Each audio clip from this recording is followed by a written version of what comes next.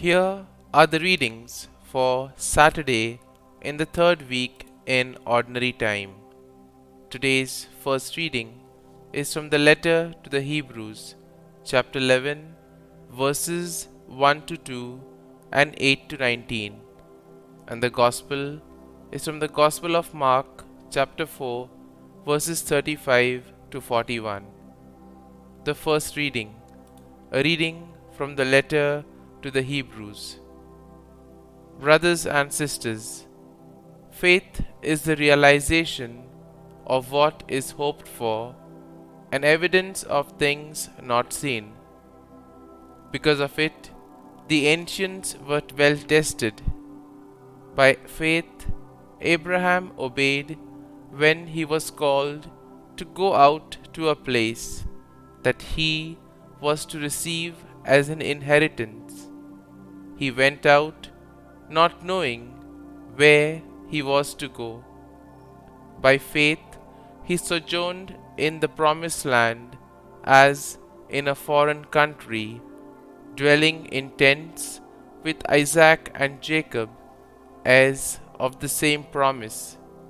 For he was looking forward to the city with foundations, whose architect and maker is God.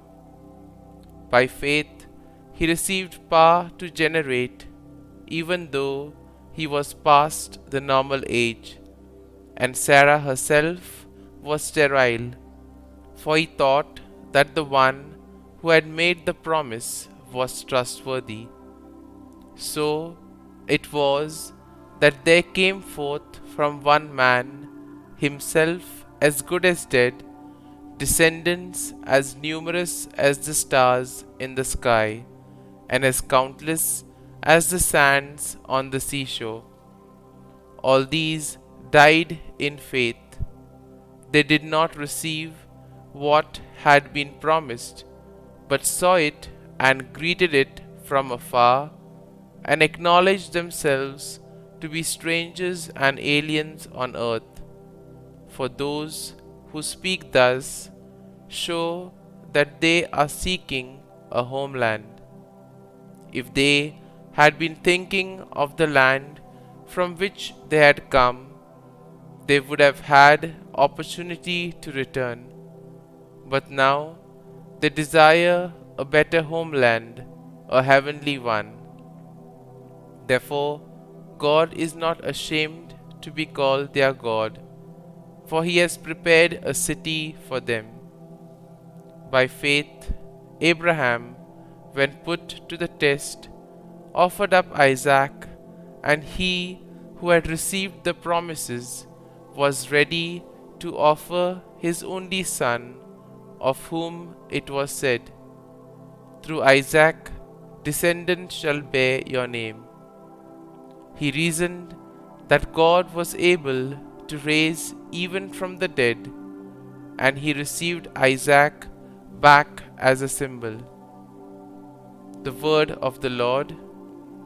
Thanks be to God. Responsorial Psalm.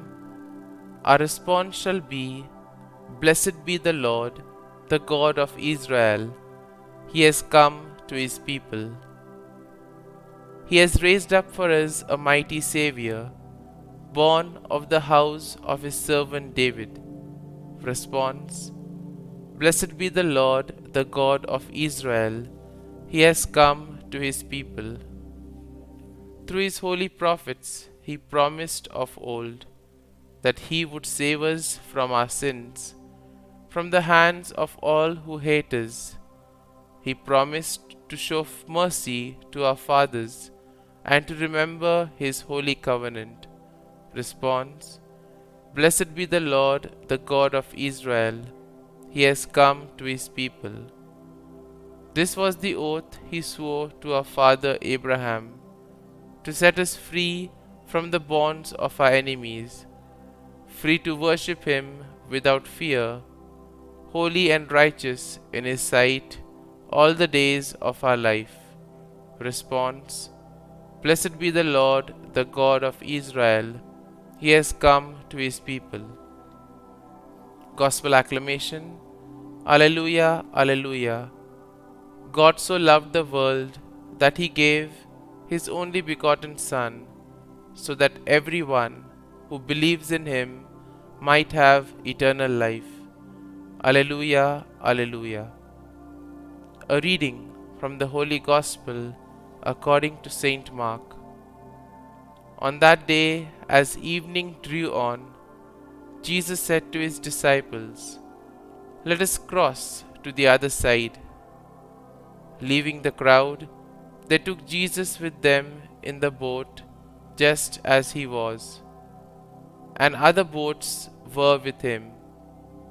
A violent squall came upon, and waves were breaking over the boat, so that it was already filling up. Jesus was in the stern, asleep on a cushion. They woke him and said to him, "Teacher, do you not care that we are perishing?" He woke up, rebuked the wind, and said to the sea, "Quiet, be still."